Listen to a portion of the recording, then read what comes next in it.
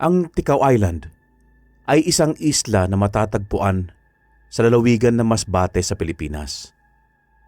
Sa lugar na ito ako ipinanganak at nagkaisip.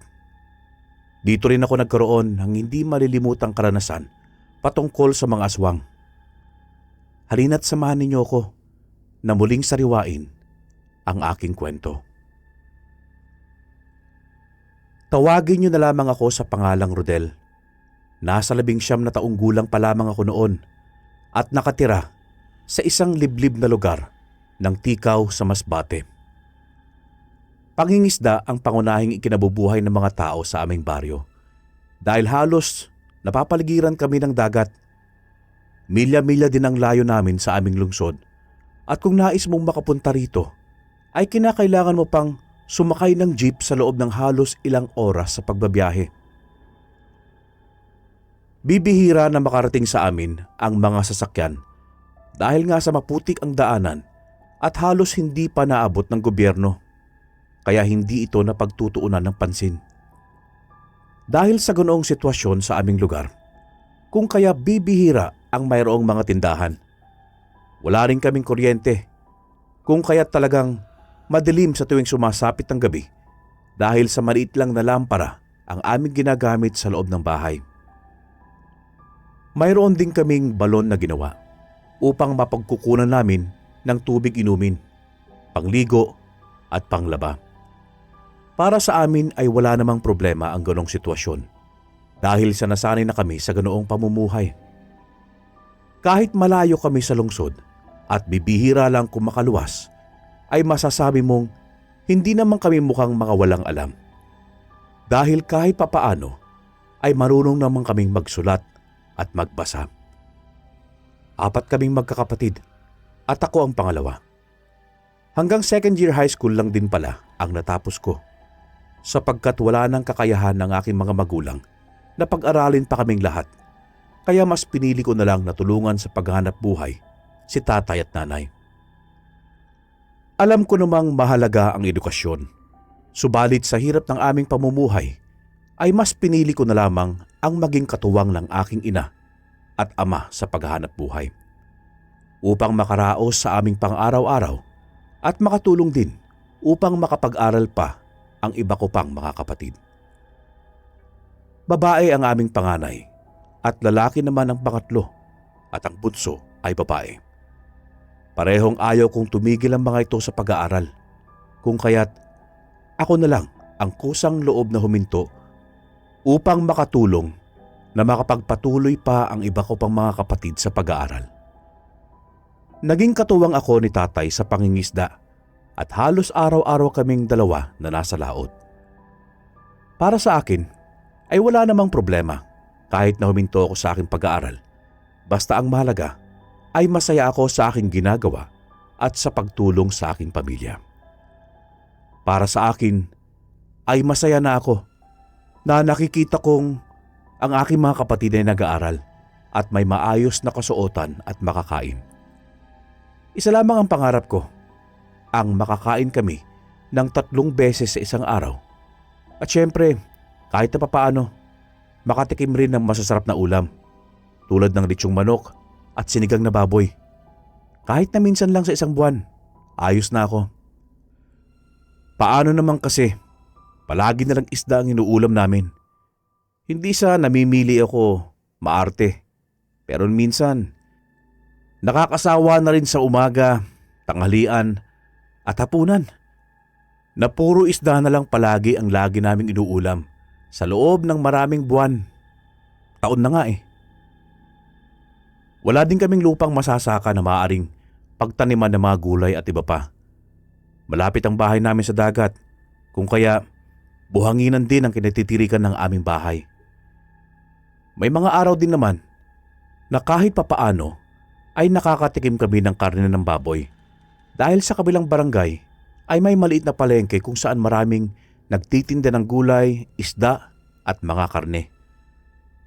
Pero may kalayuan din ito sa amin at kung nais mo talagang pumunta roon, aabutin ka ng halos 1 oras sa paglalakad. Ang ikinaganda lang ng baryo na yon ay may mga lupain na silang nasasaka. Subalit malayo naman sila sa dagat, kung kaya't dito sila sa amin namamakyaw ng mga banye-banyerang isda upang ibenta rin sa kanila.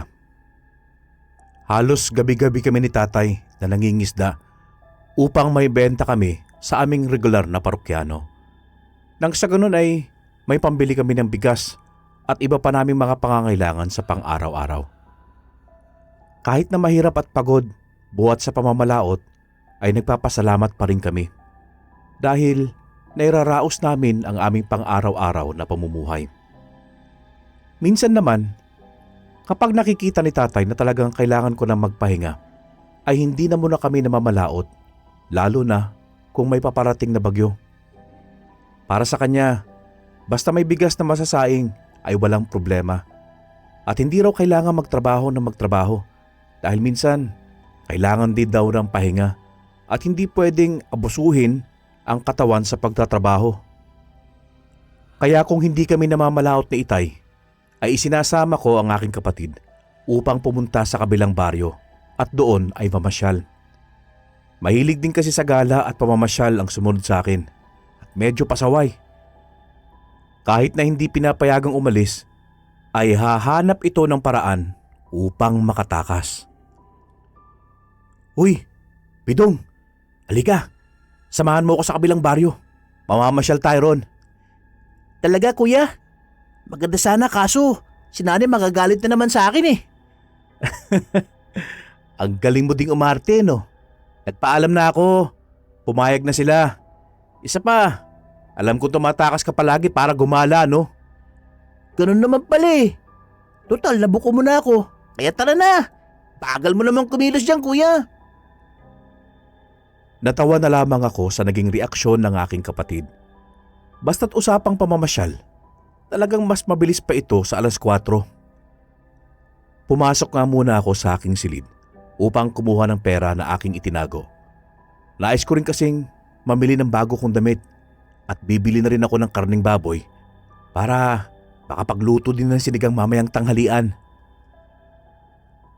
Umalis na nga kami ni Pidong. At dahil sa wala namang kaming jeep na masasakyan, kung kaya't nilakad na lang namin ng halos 1 oras patungo sa kabilang baryo. Pagdating nga namin doon, ay natanaw na namin ang dami ng mga taong namimili. Sobrang ingay rin ng paligid dahil sa kaliwat kanang tawaran ng mga namimiling mga parokyano. Kuya, tara! Tingin tayo ron sa mga itinitindang damit. Sambit sa akin ni Pidong. At hinila na niya kaagad ang aking kamay at mabilis naming tinungo ang bilihan ng mga damit. Halos hindi mahulugan ng karayom ang lugar na yon dahil sa dami ng mga taong nagtitinda at namimili. Uy, Pidong! Teka lang! Huwag mo namang hilain ng kamay ko. Ang sakit kaya? Reklamo ko sa aking kapatid dahil walang patid ang paghila nito sa aking kamay. Habang nagmamadali itong makapunta sa bilihan ng mga damit. Sobrang kulit ng aking kapatid at halos hindi na ito mapakali dahil sa tuwa nitong nararamdaman. Kaya nang malapit na kami sa bilihan ng mga damit ay nagsalita ito sa akin. Kuya, di ba sabi mo mamimili ka ng mga damit? Ayun oh. May kasya din sa akin. Tignan mo oh. Ganda. Nako, kaya naman pala halos baliin mo na mga kamay ko sa kakamadali dahil sa may pinaplano ka rin magpabali sa akin, no? Tumitig naman ito sa akin ng seryoso na parang nagmamakaawa at naglalambing. Kaya't sinabihan ko na lamang ito na mamili na siya ng gusto niya. Kaagad naman itong napatalon sa tuwa at mabilis na naghanap ng gusto nitong damit. Pagkatapos nga naming makabili ng mga damit, ay tumungo na rin kami sa bilihan ng mga karne ng baboy at bumili ako ng 1 kilo para pang ulam namin sa tanghalian at hapunan. Bumili din ako ng gulay at mga pansahog sa gagamiting pang sinigang at pang adobo. Tuwang-tuwa naman si Pidong habang tinitignan ang binili kong ulam. Wow kuya, ang sarap naman na magiging tanghalian natin. Oo Pidong, sinadya ko talaga ito para naman kahit papaano ay hindi lang puro isda may ulam natin. Sana palaging ganito kuya. May masarap ng ulam, may bago pang damit. Tugon nito sa akin at halos walang pagsidlan ang tuwa nito dahil sa ginawa kong pagsama sa kanya. Dahil bukod sa may bagong damit ito, ay humirit din na ibili ng gusto niyang laruan. Nako, Pidong, mahal pala ang pag-arkila sa iyo eh. Halos maubos na yung naipon ko ah. Tumawa naman ito sa biro ko at nagtanong pa nga kung kailan raw kami ulit babalik doon para naman daw makapag-isip siya ng gusto niyang ipabili sa akin. Natawa naman ako sa sinabi ng kapatid ko dahil nakikita ko rito ang sobrang kasiyahan sa bago nitong damit at laruan. Bago magtanghali ay umuwi na nga kami ni Pidong upang mailuto pa ang aming ulam sa tanghalian. Malayo-layo na naman ang lalakarin naming pag-uwi at may mga dala pa kaming mga pinamili. Dahil sa tindi ng init at layo ng aming nilalakad, ay nagpahinga na muna kami sa gilid ng kalsada na may malaking puno. Kuya, ang layo ng baryo natin dito, no? Nakakapagod ng sobra sa paglalakad, tapos sobrang init pa. Hayaan mo na, paldo ka naman ngayon, di ba? Isa pa, malapit-lapit na tayo sa ating baryo. Kaya nga kuya, pero swerte naman natin kahit papaano dahil sa mayroon tayong mabibilhan. Kaya kahit na malayo, ay sulit naman tulad ngayon, di ba? Tumango naman ako bilang pagsang-ayon sa sinabi ng aking kapatid. Maya-maya pa ay nakasabay namin si Mang Felipe na pauwi rin sa aming baryo. Nagtaka ako dahil sa daming dala nitong mga karne ng baboy at sa tingin ko ay mga nasa 10 kilo ang lahat ng yon. Mang Felipe, ang dami po ata ng binili niyong karne ah. Rodel. Ibebenta ko kasi yung iba dun sa baryo natin eh. Dinamihan ko na dahil murang-mura lang ang presyo tapos napakasariwa pa. Nagkaroon naman ako ng interes sa kanyang mga sinabi. Kaya tinanong ko kung magkano ang pagbili niya sa bawat kilo ng karning baboy at hindi ako makapaniwala sa kanyang sinagot dahil halos kalahati sa presyo ng nabili kong baboy sa baryo. Sa pagkakatanda ko kasi, nasa mahigit 100 ang kilo ng nabili ko. Kaya nga 1 kilo lang ang aking nabili dahil sa taas at mahal na mga bilihin. Pero sa kanya raw ay nasa 60 lang daw ang kilo at sariwang-sariwa pa. Masasabi mong napakasariwa pa ng mga ito dahil tumutulo pa ang mga dugo nito sa lupa. Senyales ng bagong katay lang ang mga ito. Tinanong ko naman siya kung saan sa baryo na yun nabili dahil doon din naman kami nanggaling. Pero halos malibot na namin ang lahat, subalit wala kaming nakitang bilihan ng karne na ganon kamura. Tumingin naman ito sa akin at tumawa. Sinabi niya na hindi ko raw talaga makikita doon sa baryo dahil hindi naman daw siya sa baryo na nanggaling, kundi sa sumunod na baryo daw niya yun nabili. Nagtaka naman ako dahil hindi ko naisip na maliban doon sa baryo na pinuntahan namin ay may kabilang baryo pa pala doon. Sa pagkakaalam ko, yun na ang huling baryo at ang unahan ng lugar na yon ay nagsisitaasang talahiban at kagubatan. Pero, Mang Felipe, mga masukal na kakahuyan nang naroroon at sa tagal ko rito, parang ngayon ko lang nalaman na may baryo pa pala doon. Tinanong ko naman si Pidong kung alam rin ba niya ang tinutukoy ni Mang Felipe kasi mas gala ito kaysa sa akin. Subalit, umiling lang ito at sinabi nitong hindi niya pa ito napupuntahan. Nagkatinginan nga kami ng kapatid ko at nakita naman sa amin ni Mang Felipe na hindi kami naniniwala sa kanyang mga sinasabi. Upang hindi na ako magduda pa sa kanyang mga sinabi, ay sinabihan naman ako ni Mang Felipe na susunod daw pag may pagkakataon ay isasama niya kami roon upang doon kami mamili ng mga karne dahil bukod sa mura na ay mas sariwa pa raw kumpara sa ibinebenta doon sa binibilhan naming baryo. Sumang-ayon naman ako sa kanyang sinabi at sinabi ko rito na kapag nakaipon ako ulit ay sasama ako sa kanya roon upang mamili. Nagpatuloy nga kami sa aming paglalakad at ilang minuto pa ang dumaan ay nakarating din kami sa aming baryo. Nasa bukana pa lang kami ng baryo ay marami nang naghihintay kay Mang Felipe upang bumili ng dala nitong karne ng baboy at ibinebenta niya sa halagang 200 ang kilo. Kaya tubong-tubo pa rin ito at wala pang isang oras ay napaubos naman niya ito ng walang kahirap-hirap. Dahil sa aking nasaksihan ay natuwa ko. Naisip ko, nasisikapin kong makaipon ng konting puhunan para mamakyaw din ako doon ng karne at ibibenta ko rin sa aming baryo. Di hamak na mabilis ang pera at kitang-kita kaagad ang tutubuin ko. Pagdating namin ng bahay, kaagad kaming nagmano ng kapatid ko, kina nanay at tatay, at saka ko inabot ang mga pinamili namin. Natuwa naman sila Itay dahil binilhan ko rin sila ng mga bagong tsinelas, damit at tinapay. Kinuha naman ni nanay ang binili kong karne ng baboy upang mailuto na. Pagkatapos kong may abot sa kanila ang aming mga pinamili ni Pidong, ay pumasok na muna ako ng aking silid upang makapagpahinga. Tinignan ko ang lagayan ng pera at nakita ko na nasa 500 na lang ang natira. Sisikapin ko na lang makaipon muli para makapag-angkat din ako ng mga maibibentang karne. Bulong ko sa aking sarili habang masaya kong iniisip ang aking magandang plano. Dahil sa pagod ng aking pakiramdam, buhat sa mahabang lakaran, ay hindi ko namalayan na nakatulog na pala ako sa aking higaan. Nagising na lang ako dahil sa pangungulit ng dalawa kong maliliit na mga kapatid. Ano ba yan? Nanggugulo na naman kayo sa nagpapahinga oh. Kuya, pinapatawag ka nila nanay at tatay dahil kakain na raw tayo.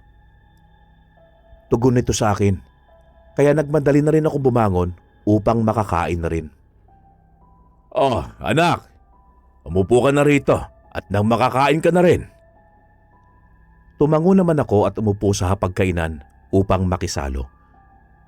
Habang kumakain na nga kami, ay naikwento ko kila Itay ang tungkol kay Mang Felipe at ang tungkol sa mga murang mabibiling karne ng baboy sa sinasabi nitong baryo.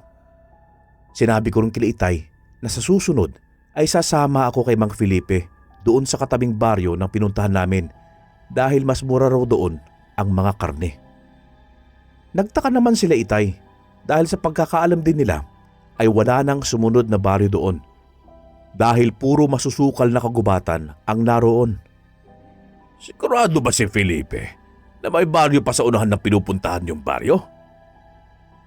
Tumango naman ako at sinabi ko na kahit ako nga rin ay hindi makapaniwala sa sinabi sa akin ni Mang Felipe. Pero niyaya nga din ako nito na sa susunod nga raw ay isasama niya ako doon.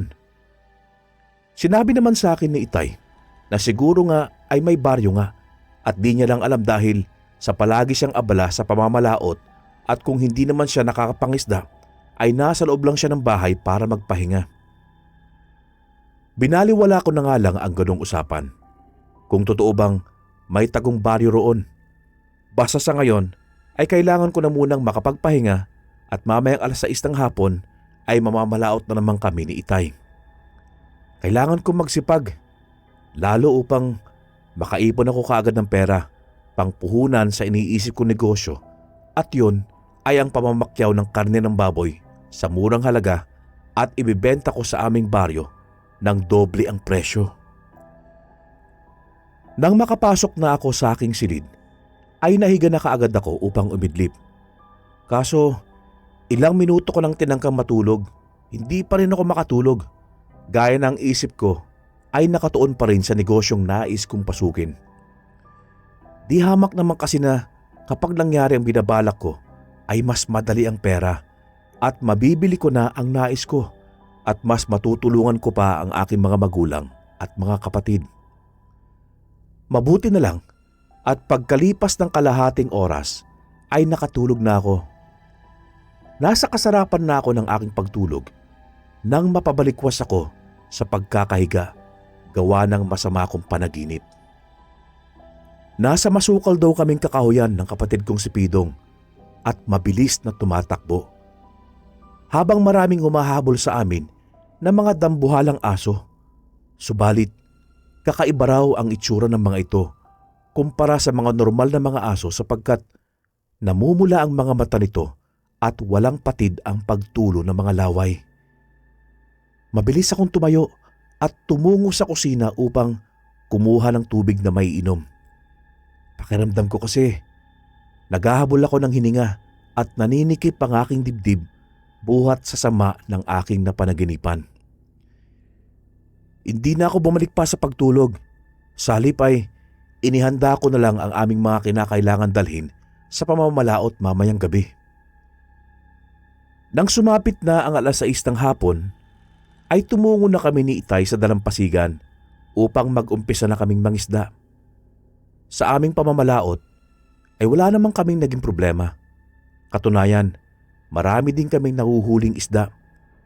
Sakto din kasi na kakaunti lang ngayon ang mga nakasabayan namin sa pangingisda, kung kaya mas pabor ito sa amin ni Itay. Ilang oras din kami ni Itay sa pangingisda hanggang sa hindi namin namamalayan na mag-uumaga na pala. Kaya nang pumutok na ang bukang liwayway ay umuwi na nga kami. Sakto din naman na marami ang aming nahuli ngayon, kaya mamayang hapon hindi na muna kami mamamalaot para naman kahit papaano ay makapagpahinga na muna kami. Pagdating namin sa dalampasigan ay natanaw na namin si Inay at si Pidong na matyagang naghihintay sa aming pagdating.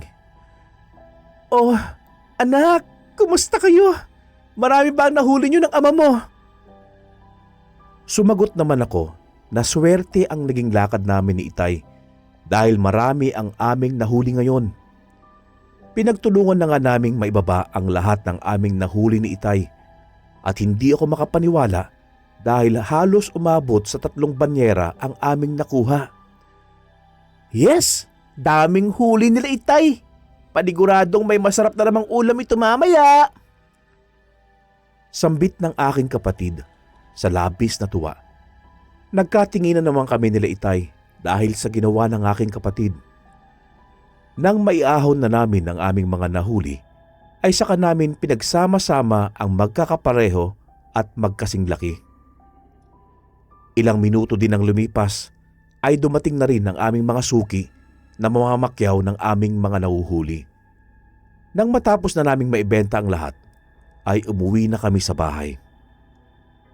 Habang nagkakape kami ni Itay at nag-aalmusal ay inutusan ni Itay si Pidong at si Ate Elena na tumungo sa kabilang baryo upang bumili ng bigas at ng karning baboy na may uulam mamayang tanghalian. Wala namang problema kay Itay ang bumili paminsan-minsan ng masarap na may uulam, lalo na pag medyo marami ang aming huli at naibebenta. Ayon pa sa kanya na di naman daw masama kung paminsan-minsan ay pagbigyan ng sarili, basta wag lang sa masama tulad ng alak at sugal, sapagkat walang mabuting maidudulot sa mga ganong bisyo. Sa totoo lang, hanga ako sa aking ama. Maganda kasi itong magdala ng aming pamilya at hindi ito sakit sa ulo sa aking ina. Sa katunayan ay hindi ito umiinom ng alak at nagsusugal. Hindi mo rin makikitang umuusok ang bibig nito sa sigarilyo. Siya yung klase ng ama na trabaho at pamilya lamang ang inuuna. Minsan nga nasabi ko sa aking sarili na kung dumating man ang panahong mag-aasawa na ako, ang nais ko ay maging katulad ni Itay na responsable sa pamilyang binuo. Pagkatapos ko ngang makakain at makapagkape, ay bumalik na ako sa aking silid upang makatulog na muna at makapagpahinga. Mabilis naman din akong nakatulog buhat sa sobrang antok na naramdaman at pagod ng aking katawan. Habang mahimbing ako sa pagtulog, ay napabangon na naman ako bigla dahil sa naulit muli ang masama kong panaginip. Mabilis naman akong tumungo ng aming kusina upang uminom ng tubig para kumalma ang aking sarili. Nang sa pakiramdam ko na lumuwag na ang pakiramdam, ay naupo na muna ako sa aming sala at nang tignan ko ang orasang mag-11 na ng umaga. Hinanap ko naman si Inay upang tanungin kung bakit hindi ko pa rin nakikita si Pidong at Ate Elena. May nais kasi akong ipakisuyo sa kapatid ko. "Nay, nasan po si Pidong?" "Ah, yung kapatid mo ba? Hindi pa sila dumarating ng ate mo. Kaswal na tugon nito sa akin at ipinagpatuloy na nito ang kanyang ginagawa. Lumabas naman ako ng bahay upang magpahangin sa aming bakuran. Inaantay ko kasi ang pagdating nila Pidong dahil isasama ko siya mamaya sa bahay ng mga kaibigan ko. Naisip ko kasi na bisitahin ang aking mga kaibigan upang kahit papaano ay makipagkwentuhan. Total hindi na rin naman din ako dinadalaw na ng antok dahil sa sama ng mga napanaginipan ko. Mag-alas 12 na nang dumating sina Pidong, subalit bigas lang at hotdog ang dala nito. Ayon sa kanila na hindi na raw sila nakaabot pa ng karneng baboy o manok dahil sa nagkaubusan na raw nang dumating sila. Nang hinayang naman ako sa aking mga narinig, pero maganda na rin yung nabiling hotdog kaysa walang nadalang may uulam. Nang matapos na nga kami sa pananghalian, ay nagpaalam na muna ako kila inay at itay na dadalawin ko ang aking mga kaibigan at isasama ko din si Pidong. Naku kuya, ayoko sumama, napapagod pa kasi ako eh. Sambit ni Pidong sa akin, kung kaya hindi ko na lang siya pinilit pa at ako na lang mag-isa ang umalis. Tumungo na nga ako sa aking mga kaibigan, ngunit nakasalubong ko si Mang Felipe sa daan. Kung kaya't tinanong ko ito kung mayroon pa bang natitirang karne na ibinebenta niya. Pero sumagot lang ito sa akin na maaga raw naubos dahil pinag-aagawan ng kanyang mga parokyano. Sinabihan na lang ako nito na kung nais ko raw bumili sa kanya ay malayo pa lang raw, dapat ay makapagsabi na ako agad sa kanya nang sa ganon ay makapagdala siya ng para sa akin. Sumang-ayon naman ako rito at pagkatapos ay nagpatuloy na ako sa aking paglalakad. Pumunta na nga ako sa bahay ng aking mga kaibigan at nakipagkwentuhan. Umuwi ako ng bandang alas 6 na ng hapon. Medyo madilim na ang paligid, pero wala namang problema dahil mababait ang mga tao sa amin at wala namang krimen sa aming baryo. Kung kaya't komportable kang makakauwi ng kahit anong oras dahil sa ligtas ka. Pagdating ko sa bahay, ay dumiretso na nga ako sa kusina dahil ako na lang daw ang hindi pa nakakakain ng hapunan. At si itay nga raw ay maaga na itong nagpahinga at natulog. Agad naman akong nagsandok ng kanin at ulam. Pagkatapos kong ang kumain, ay umupo na muna ako sa sala upang magpatunaw ng aking kinain bago matulog. Ilang minuto pa ang lumipas at nang sa tingin ko ay pwede na ako matulog, ay pumasok na ako sa aking silid upang maaga na ring makapagpahinga at makatulog. Kinabukasan, nagkaroon ng gulo sa aming baryo dahil sa may taga-baryo raw namin ang nawawala. Ayon pa sa asawa nito na nung kinagabihan nga raw ay lumabas lang ito ng bahay upang tumungo ng palikuran upang magbawas. Subalit nagtaka na raw siya dahil ilang oras na ang nakakalipas ay hindi pa rin daw bumabalik ang kanyang asawa, kung kaya't nag-alala na raw siya at lumabas rin ng bahay upang umusisa kung ano ang nangyari. Ngunit nang tignan niya ang kanilang palikuran ay wala na roon ang kanyang asawa at maraming dugo ang nagkalat sa sahig. Iniisip ko na baka isang mabangis na hayop lang ang umatake sa kanyang asawa dahil sa wala namang aswang na nababalita dito sa aming baryo. At ito lang din ang kauna-unahang krimen na nangyari dito sa aming baryo. Ibinalita ko naman kila inay at itay ang aking narinig na pagkawala di umano ng kapitbahay naming buntis.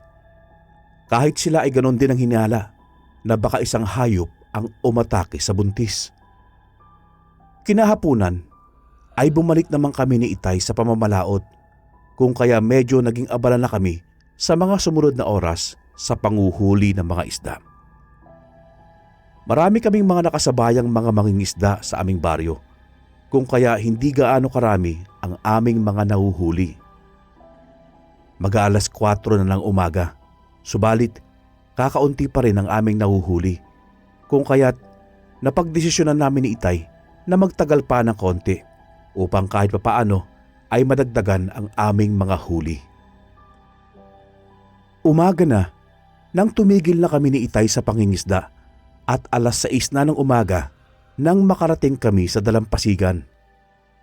Malayo pa lang ay natanaw na namin ang kumpulan ng maraming tao, kaya pagkababa namin ay umusisa kami kung ano ang mga nangyari.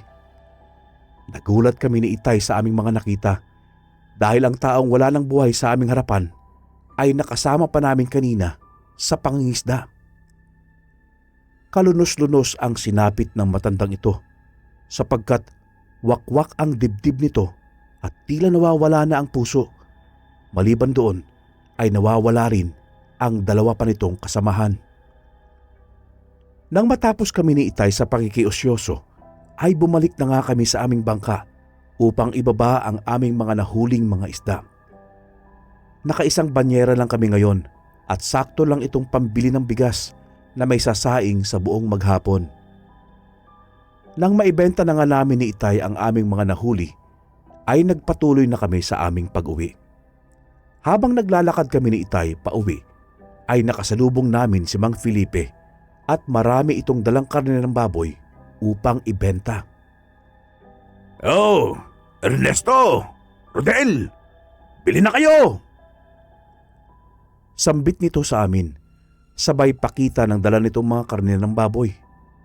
Sobrang sariwa pa talaga ng mga karne at bagong katay ng mga baboy dahil sa tumutulo pa ang mga dugo nito. Subalit, sumagot lang si Itay na wag daw muna sapagkat matumal ang kuha namin ngayon at sakto lamang pambili ng aming bigas. Nagsalita naman kaagad ito at nakangiting sinabi sa amin ni Mang Felipe na kung kukuha raw kami ay kahit sa mga susunod na mga linggo na lang ang bayad kung wala kaming pera ngayon dahil hindi naman daw siya nagmamadali at makapaghihintay naman daw siya sa amin. Pero ayaw ng aking ama na magkaroon ng utang. Baka hindi namin mabayaran kaagad kaya tumanggi pa rin ito. Hindi naman nanamilit pa si Mang Felipe kaya nagpatuloy na kami sa paglalakad. Pero hindi pa man kami nakakalayo ay nasulyapan ko si Mang Felipe na masama itong tumitig sa amin at mabagsik ito kung tumingin.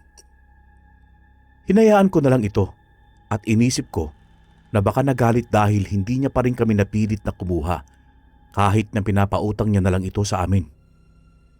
Naisip ko tuloy na sayang naman. Nagalit pa tuloy sa amin si Mang Felipe. Baka hindi na tuloy ako nito masasamahan pa sa pagpunta sa sinasabi nitong baryo na bilihan ng mga murang karne ng baboy. Ay, bahala na. Subukan na lang namin ni Pidong na hanapin doon sa baryong sinasabi niya kung may pera na akong pambili. Bulong ko pa sa aking sarili dahil sa alam kong hindi na ako masasamahan pa ni Mang Felipe. Di ko alam na napalakas pala ang aking pagsasalita kaya napansin ito ni Itay. "Oh, Rodel, bakit ka nagsasalita dyan mag-isa?" Po? Wala po, Itay." Nabigla naman ako sa sinabi ni Itay. Saka ko naisip na wala nga pala akong kausap. Upang hindi mapahiya ay sinagot ko na lang siya. "Ikaw kasi, Tay, di mo nalang pinagbigyan si Mang Felipe. Mukhang nagalit tuloy sa atin." Napatingin naman ito sa akin ng seryoso at sinabi niya na mas mainam na raw na tanggihan na muna kaysa ipilit ang hindi kaya. May susunod pa naman daw. Hindi na nga ako sumagot pa dahil sa ayaw ko namang masamain pa ni Itay ang aking pagtatanong sa kanya.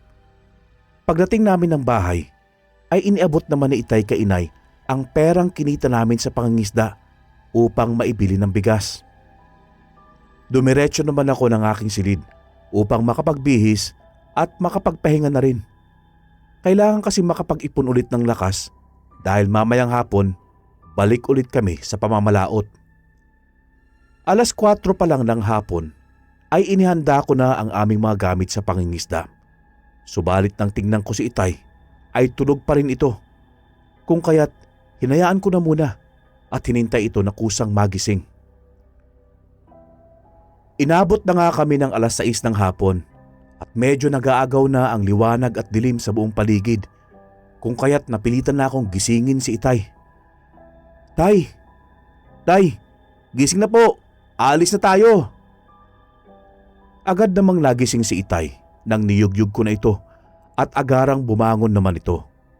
Sinabi ko sa kanya na 6:00 na ng hapon at medyo madilim na sa labas. Nang mapagtanto nga niya na halos gabi na, ay nagmadali na kaming tumungo sa dalampasigan upang makapamalaot na. Nako, anak, ginabi na tayo ah.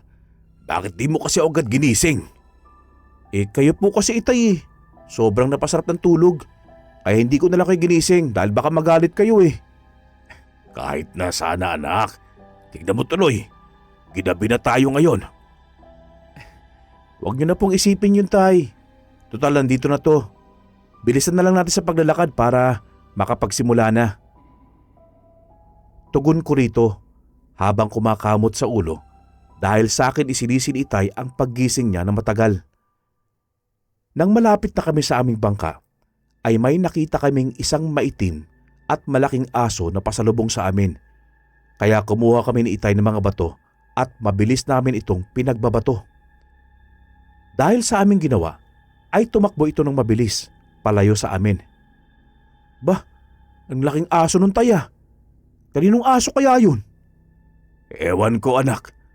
Mukhang wala naman tayong aso dito sa baryo natin na ganong kalaki Baka naligaw lang yun dito sa atin at naghahanap ng makakain. Tumango naman ako kay Itay bilang pagsang-ayon sa kanyang mga sinabi. Pagkarating namin sa bangka at mailagay na namin ang aming mga dala, ay nagsimula na kami sa pamamalaot.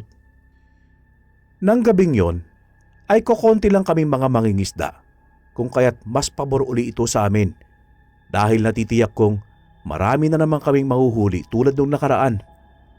Hindi nga ako nagkamali dahil maganda naman ang umpisa ng aming paghuhuli at marami na kaagad ang amin nakukuha. Kaya mas ginanahan pa ako. Mabuti naman Tay, sinuswerte po tayo ngayon at medyo marami-rami tayong nauhuli. Oo nga anak, buti na lang kakunti lang tayo ngayong pumalaot. Swerte pa rin natin ngayon kahit matagal tayong nakapamalaot. Kaya nga po Itay, dahil sa magandang huli natin ngayon, kung kaya't hindi ko ramdam ang antok at pagod. Mabuti naman kung gano'n anak. Sige na. Ipagpatuloy pa natin ang ating ginagawa nang sa gano'n marami tayong mauuwi mamaya. Sige po Itay, masusunod po. Nagpatuloy pa kami ni Itay sa aming mga ginagawa. At dahil nga sa swerte na naman ang gabing yon sa pamamalaot, kung kaya't hindi namin namalayan pa ang oras dahil sa pagiging abala namin sa panguhuli ng isda. Marami ang naming nahuli ng gabing yon, kung kaya't napagdesisyonan namin ni Itay na 5:00 pa lang ng madaling araw ay uuwi na kami sa aming baryo. Pagdating namin sa dalampasigan, ay ibinaba na nga namin ni Itay ang aming mga nahuli upang maisama ang magkakapareho at mapagpilian ng maayos. Habang patuloy kami sa aming mga ginagawa, ay nakita namin si Mang Felipe na papalapit sa amin at may dala na naman itong karne ng baboy. Oy, magandang umaga Felipe. Ano bang atin? Magandang umaga din naman sa inyo Ernesto. Rodel. Pagbati din ito sa amin at sinabi nga nito na mayroon siyang dalang karne at bagong katay raw ito sa murang halaga. Tumugon naman si Itay kay Mang Felipe na wala raw siyang pera dahil hinihintay pa nga namin ang aming mamamakyaw. Subalit, sumagot lang si Mang Felipe na kung wala raw pera ay pwede naman daw ipagpalit sa mga isda. Upang hindi na nga kami kulitin pa ni Mang Felipe, ay pinagbigyan na nga namin ni Itay ang nais nito. Nang maisagawa na nga ang nais nito, ay masaya naman itong ngumiti sa amin bago tuluyan ng umalis. Ilang minuto pa ang lumipas at dumating na rin ang aming buyer upang bilhin ang lahat ng aming mga nahuli. Masaya naman kami ni Itay sa mga nangyari sapagkat medyo malaki ang kinita namin ngayon at may masarap pa kaming may uulam mamaya. Habang naglalakad kami ni Itay pauwi ng bahay, ay humingi ako ng kaunting karne upang gawin kong inihaw. Pumayag naman ito sa nais ko, kung kaya't nagmamadali na nga kaming makauwi. Pagdating namin sa bahay, ay inasikaso ko kaagad ang karne na aking hiningi upang maibabad muna bago ihawin. Nang tingnan ko ang karne, ay talagang bagong katay lang ang baboy dahil mamula-mula pa ito at sariwa pa ang dugo nito na tumutulo. Kahit na inaantok ako dahil sa magdamag na walang tulog at dagdagan pa ng pagod, ay binaliwala ko na muna sapagkat mas nakatuon ang atensyon ko sa pagbababad ng baboy na iihawin ko mamaya pagkagising ko. Pagkatapos kong hiwa-hiwain sa tamang laki, ay hinugasan ko na muna ito 3 beses. Pagkatapos ay kumuha ako ng toyo, sibuyas at bawang. Kumuha rin ako ng kalamansi sa aming likurang bahay upang ipatak sa karne upang mas lumasa palalo. Nang lagyan ko ng toyo at sibuyas ay wala naman naging problema. Ngunit nang lagyan ko ng bawang at kalamansi ay talagang nagulat ako sa aking mga nakita sapagkat kanina lamang ay sigurado akong karne ng baboy ang aking binababad. Subalit nang mapatakan ko ng katas ng kalamansi ay naging putol na daliri at tenga ng tao ito. Akala ko'y pinaglalaroan lamang ako ng aking paningin, dala ng magdamagang walang tulog. Kung kaya't kinusot-kusot ko na muna ang aking mga mata upang makasigurado kung totoo ba ang mga nakita ko. Ngunit nang tignan ko ulit ang karne, ay talagang parte ng katawan ng tao ang aking nakikita. Sobra ang takot ko noon at halos mawalan na ako ng malay sa aking mga nasaksihan, kasabay ng panginginig ng aking mga tuhod. Mabuti na lang at pumunta rin si inay sa kusina kung kaya't nakita niya ang pamumutla ko at panginginig ng aking katawan. Mabilis niya akong sinaklolohan at pinaupo muna upang mapakalma ko ang aking sarili. Agad na kumuha si inay ng tubig na malinis at ipinainom niya sa akin upang kumalma ako at bumalik ang aking lakas. Nang mahimasmasan na ako at tinanong ako ni inay kung ano raw ang nangyari sa akin at kung bakit muntikan na ako mawalan ng malay at humandusay sa sahig. Ikinuwento ko naman kay inay ang mga nangyari tungkol sa karne ng baboy na inilako ni Mang Felipe na naging parte ng katawan ng tao bigla nang mapatakan ko ng kalamansi. Hindi pa nga naniwala si inay sa aking mga sinabi, kaya nga kinuha niya ang pinaglagyan ko ng karne at nang makita niya, kahit siya'y hindi makapaniwala, kung kaya't mabilis niyang tinawag ang aking ama. "Ernesto! Halika na muna rito! Bilisan mo!" Agad rin namang lumapit si Itay sa amin ni inay upang alamin kung anong pinagkakaguluhan naming dalawa. Ipinakita ni inay sa aking ama ang karne ng baboy na napatakan ko kanina ng kalamansi. "Lintik talagang Filipig yun ah. Sinasabi ko na nga bang may kakaiba sa kanya eh." "Bakit po Itay? Ano po bang iniisip niyo kay Mang Felipe?" Sinabi naman sa amin ni Itay ang kanyang kutob kay Mang Felipe na baka raw aswang ito dahil napapansin niya na sa tuwing nag-uusap silang dalawa ay hindi ito makatingin sa kanyang mga mata ng diretso. Medyo hindi naman ako kumbinsido sa mga sinabi ni Itay sapagkat iniisip ko na baka dala lang ng pagod at puyat kaya ako napaglalaroan ng aking paningin. "Rodel, totoo yung mga nakikita mo. Hindi yan totoong karne ng baboy."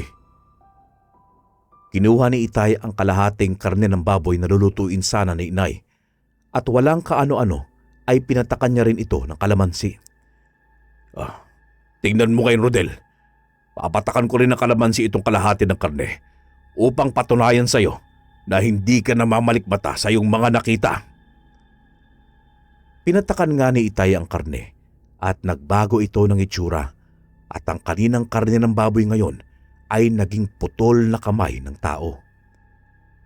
Nangilakbot na naman ako sa aming nasaksihan at ngayon ay sigurado na kami na aswang nga si Mang Felipe. "Itay, hindi po kaya may kinalaman si Mang Felipe sa mga nawawalang mga tao dito sa ating baryo?" "Kahit ako anak, ay hindi rin sigurado kung may kinalaman nga siya. Pero dapat ngayon pa lang, masugpo na agad ang kanyang mga ginagawa." Iniligay namin ni Itay ang parte ng tao na aming nabili kay Mang Felipe sa isang plastik at saka dinala sa likuran ng aming bahay at doon inilibing na maayos.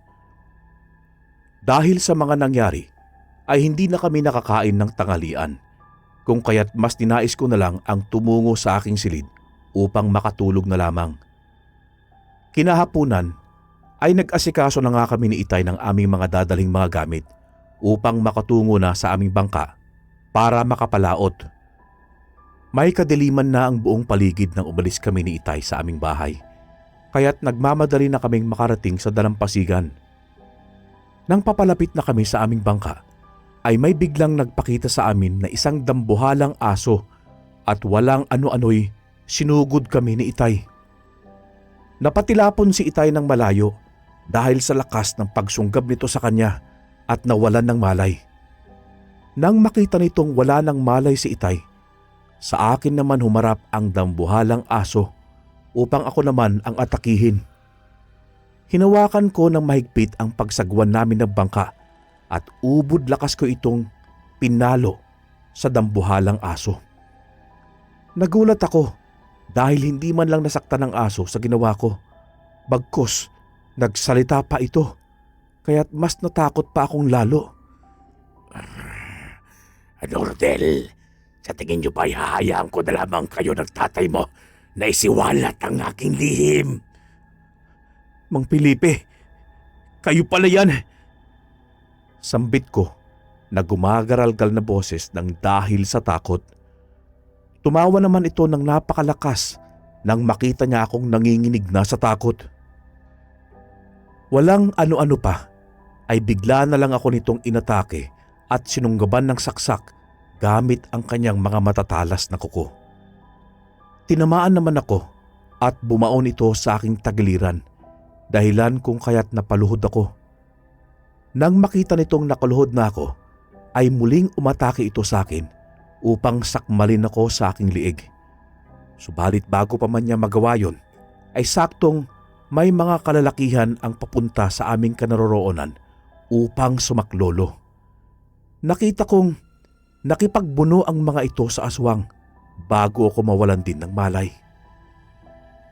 Pagmulat ko ng aking mga mata, ay nakita kong nakahiga na ako sa aking silid at may benda ang aking tagiliran. Nang makita ni Inay na gising na ako, ay lumapit ito sa akin at nagtanong sa mga nangyari. Nagkwento naman ako dito at sinabi kong si Mang Felipe ang aswang na umatake sa amin ni Itay kagabi. Tinanong ko rin si Inay kung nasaan si Itay at kumusta ito. Sinabi naman sa akin ni Inay na nasa mabuting kalagayan naman daw si Itay, subalit wala pa rin itong malay. Kung kaya, hinayaan na lang daw muna niyang makapagpahinga. Inabot din kami ng ilang araw ni Itay bago lubusang gumaling, at dahil sa pangyayaring yon ay hindi na namin nakita pa si Mang Felipe. Nagkaroon kaming muli ng katahimikan sa aming baryo sa pagkawala ni Mang Felipe, at kami naman ni Itay ay nagpatuloy pa rin sa pangingisda. Isang araw ay marami na naman ang aming mga nahuli at medyo malaki ang aming kinita ni Itay, kung kaya't naisipan ni Itay na bumili na lang ng isang sakong bigas at masarap na may ulam. Sumama naman ako kila Inay at Pidong sa pagpunta sa kabilang baryo upang ako magdala ng isang sakong bigas na bibilhin. Pagdating nga namin sa baryo ay natanaw na namin ang maraming mga tao na abala sa pagtitinda at pamimili, kung kaya't nakihabilo na rin kami upang makapamili na rin. Bumili nga kami ng isang sakong bigas, tinapay, kape, asukal, pero naubusan na ng karneng ibinebenta sa palengke, kung kaya't litsyong manok na lang ang aming binili. Nang mabili na namin ang lahat ng kailangang bilhin, ay umuwi na nga kami nila Inay at Pidong. Masayang masaya naman si Pidong dahil nabilhan na naman ito ng bagong damit. Sana kuya, palagi tayong swerte ni Itay sa pangingisda para palaging may bagong damit ako, no? Nagtawanan naman kami ni Inay dahil sa mga sinabi ni Pidong sa amin. Kaya biniro ko ito na sa susunod, pag mamimili kami ulit, hindi na namin siya isasama ni inay. Masaya nga kami nila inay sa pagbibiruan habang naglalakad pa uwi sa aming baryo. Nang biglang may 7 humarang sa amin na mga kalalakihan at walang pagdalawang isip na dinakip sila Pidong at inay. Dahil sa aking pagkabigla ay sinuntok ko ang isa at nang mapatumba ko ito ay mabilis na akong tumakbo pa uwi ng bahay upang magpatulong kila Itay sa pagsagip kila inay at Pidong. Malayo pa lang ako ay nagsisigaw na ako at humihingi ng tulong sa aming mga kababaryo kung kaya't nakuha ko kaagad ang kanilang atensyon. Nagsilapitan din kaagad ang aming mga kababaryo at pati na rin si Itay at nagtanong ito sa akin kung anong nangyari. Tay! Dinukot po ng 7 kalalakihan sila inay at Pidong! Mabuti na lang po't nakatakbo at nakatakas! Diyos ko! Nakikilala mo ba kung sino ba kayon? Sinabi ko naman na hindi ko nakikilala dahil nakatakip ang mga mukha nito. Nagmadali namang kinuha ni Itay ang kanyang itak at binalikan namin ni Itay ang lugar kung saan kami tinambangan. Hindi pa man kami nakakalayo ay may nakita kaming tao sa bandang kakahuyan at sa tingin namin ay nagmamanman ito kaya mabilis namin itong nilapitan. Subalit nang makita kami nito na papalapit ni Itay ay mabilis itong sumuot sa makapal na kakahuyan. Sinundan naman namin ito ni Itay dahil sa malakas ang kutob namin na kasamahan ito ng mga dumukot kila inay at Pidong. Nagpatuloy pa kami sa pagsunod sa taong yon hanggang sa dalhin kami nito sa liblib na baryo. Pareho kami nagulat ni Itay dahil hindi namin inakala na may isang baryo pa pala dito sa amin na hindi namin alam at halos napapaligiran ng naglalakihang mga kahoy at masukal na kagubatan. Maraming kabahayan dito at mga tao, subalit kapansin-pansin nakakaiba ang mga kinikilos ng mga ito. Tila bawat isa ay may kanya-kanyang mga gampanin at may iisa silang sinusunod na namumuno sa kanila.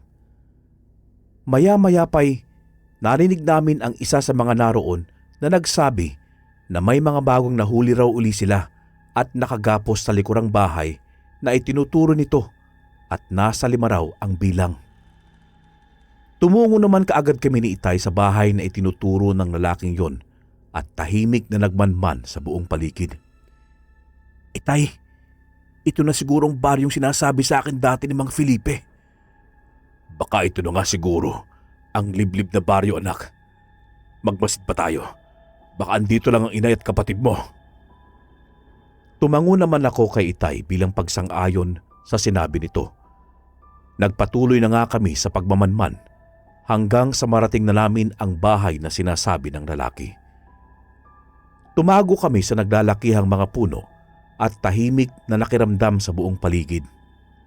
Nang tignan namin ang likurang bahay, ay nakita namin ang isang matanda na hinahasa nito ang kanyang itak habang nagpapakulo ng tubig sa isang malaking kawa. Maya-maya pa'y kinaladkad na nito ang isang lalaki at walang awang ginilitan ng liig. Sa kanya inilublob sa kumukulong kawa. Pagkatapos niyang mailublob sa kawa ay kinuha niya ito at sa kanya inumpisang katayin na tulad lamang sa isang baboy. Sa isang iglap ay pinagpira-piraso niya ang katawan nito. Talagang makikita mo ang pagiging sanay sa pagpatay ng tao kahit na may katandaan na. Nang tumingin kami sa isang kulungang malapit sa bahay nito, ay doon namin nakita ang di bababa sa 8 taong nakakulong doon at kasama ang aking ina at si Pidong na patuloy sa pag-iyak habang magkayakap. Awang-awa naman ako sa aking mga nakita dahil sa kalagayan nila. Kaya hindi ko na rin mapigilan ang mapaiyak. Dahil sa nadadala na rin ako ng aking emosyon, ay hindi ko na malayan na naapakan ko pala ang isang tuyong sanga dahilan upang makalikha ako ng ingay. Lumingon naman kaagad ang matandang abala sa pagkatay ng tao sa aking kinaroroonan, kung kaya malinaw sa aking mga paningin na si Mang Felipe pala ang mga ngatay ng mga tao. Dahil sa aking takot ay napasalampak ako ng pagkaupo habang patuloy na nanginginig ang buo kong katawan. Ikaw pala, Rodel. Buti naman at napadalaw ka. Sambit nito sa akin habang nakangisi na tila isang demonyo. Unti-unti itong lumalapit sa akin habang hawak ang matatalas nitong itak at akmang itatagan na nito sa akin. Mabuti na lang at agad sumaklolo ang itay sa akin at walang sinayang na oras at agad niya itong tinaga. Napasigaw naman ang matanda dahil sa tinamong pinsala, kung kaya nakaagaw ito ng pansin sa mga naninirahan sa baryong yon. Rodel, tumayo ka na riyan, bilisan mo! Pakawalan mong ina at kapatid mo, tumakas na kayo! Opo, itay. Paano po kayo? Hayaan mo na muna ako, anak. Ang mahalaga ay mailayo mo ang nanay at kapatid mo rito. Dali-dali naman akong bumangon at tinakbo ang kinaroroonan nila inay upang mabuksan ko ang kulungan ng mga ito. Nang maisagawa ko na ang pagbukas ng kulungan nila inay, ay agad namang nagsilabasan ang mga nabilanggo at yung ibang kalalakihan ay tumulong kay itay sa pakikipaglaban. Sinabihan ko naman si inay na tumakas na sila ni Pidong at ng iba pang mga bata at humingi ng tulong. Naunawaan naman ako ni inay at tumakas na nga sila habang ako ay bumalik sa kinaroroonan ni itay at tumulong sa pakikipaglaban. Nakita ko si Mang Felipe kaya agad ko itong nilusob. Ngunit nang makita ko nitong papalasob ay nagpalit agad ito ng anyo. Rodel, dito na kayo mamamatay ng iyong ama dahil kayo pa mismo ang pumunta sa teritoryo ko. Kahit na kailan, Mang Felipe, ay hindi magwawagi ang kasamaan laban sa kabutihan. Dito sa aming baryo, kami ang Diyos. Ako ang kanang kamay ng aming supremo sa aming angkan. Kaya't pagpipira-pirasuhin ko ang iyong katawan at ihahandog ko sa aming supremo at ang ibang matitira naman ay aking ibebenta. Pagkatapos ni Mang Felipe magsalita, ay ubod lakas niya akong sinunggaban. Kaya sinalubong ko rin ang kanyang pag-atake at nagkaroon ng matinding labanan. Alam kong wala akong laban kay Mang Felipe sapagkat wala akong alam sa pagkikipaglaban at wala rin akong pinanghahawakang ano paman. Subalit, pinilit ko pa rin ang lumaban upang talunin ang mga aswang. Halos tinatawan-tawanan lang ako ni Mang Felipe.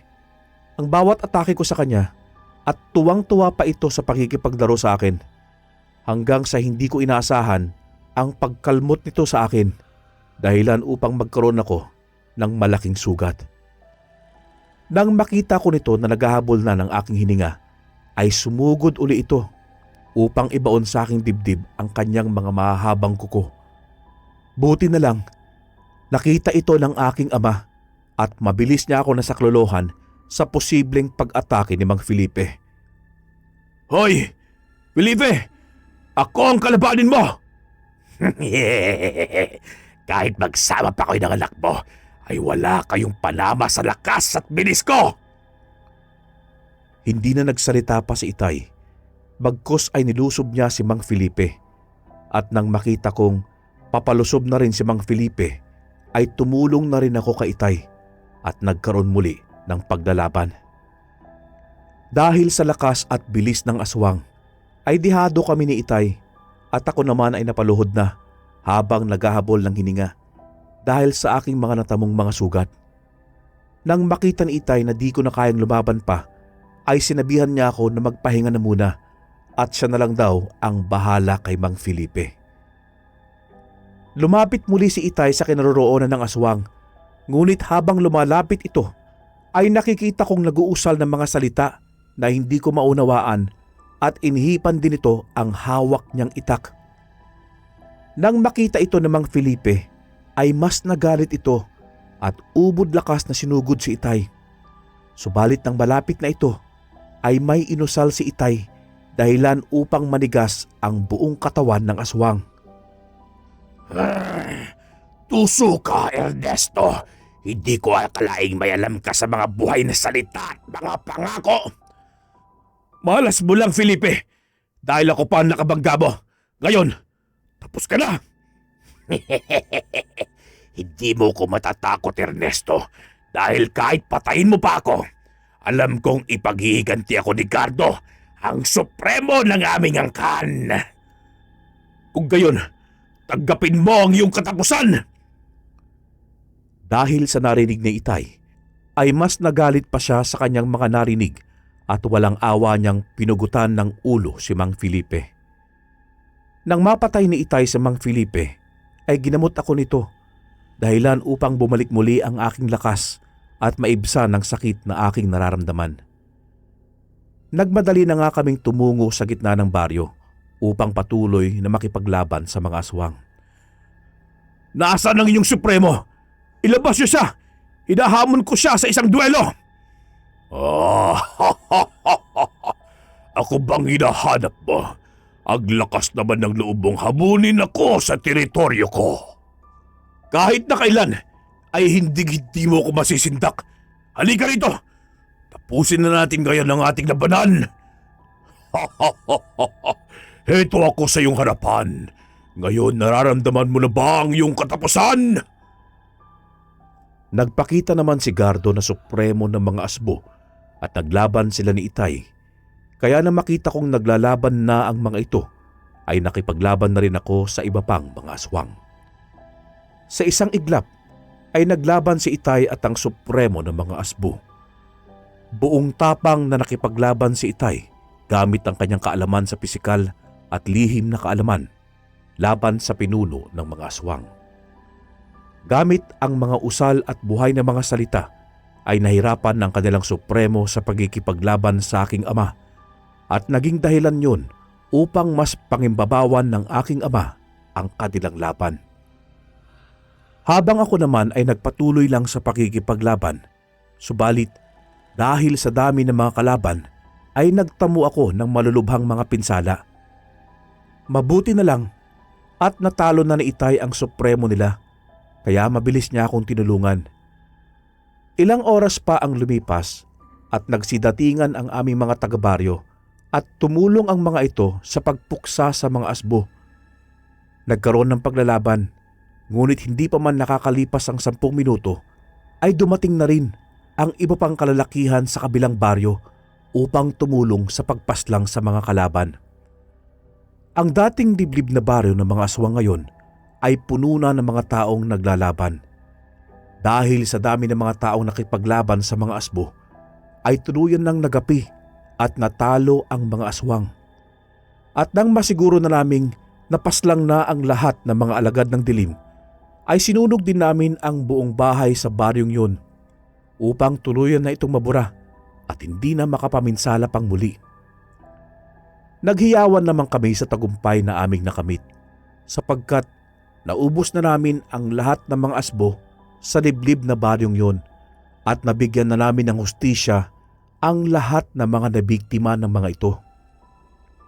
Nalaman ng mga tao ang itinatagong sekreto ni Itay, kung kaya't inilantad na rin ni Itay ang kanyang pagiging antingero at nakapaslang pa siya ng iba pang uri ng mga aswang upang hindi na muling makapaminsala pa sa aming baryo. Dahil sa ginawang pagtugis at pamamaslang ni Itay sa mga aswang, kung kaya't wala ng mga aswang ang tumangkapang manirahan malapit sa aming baryo. Muling nagkaroon ng kapayapaan at katahimikan sa aming lugar, subalit hindi ko pa rin malimot-limot ang isang masalimuot na karanasan sa aming buhay nang dahil sa isang aswang na maglalako ng karne ng tao sa aming baryo. Wakas.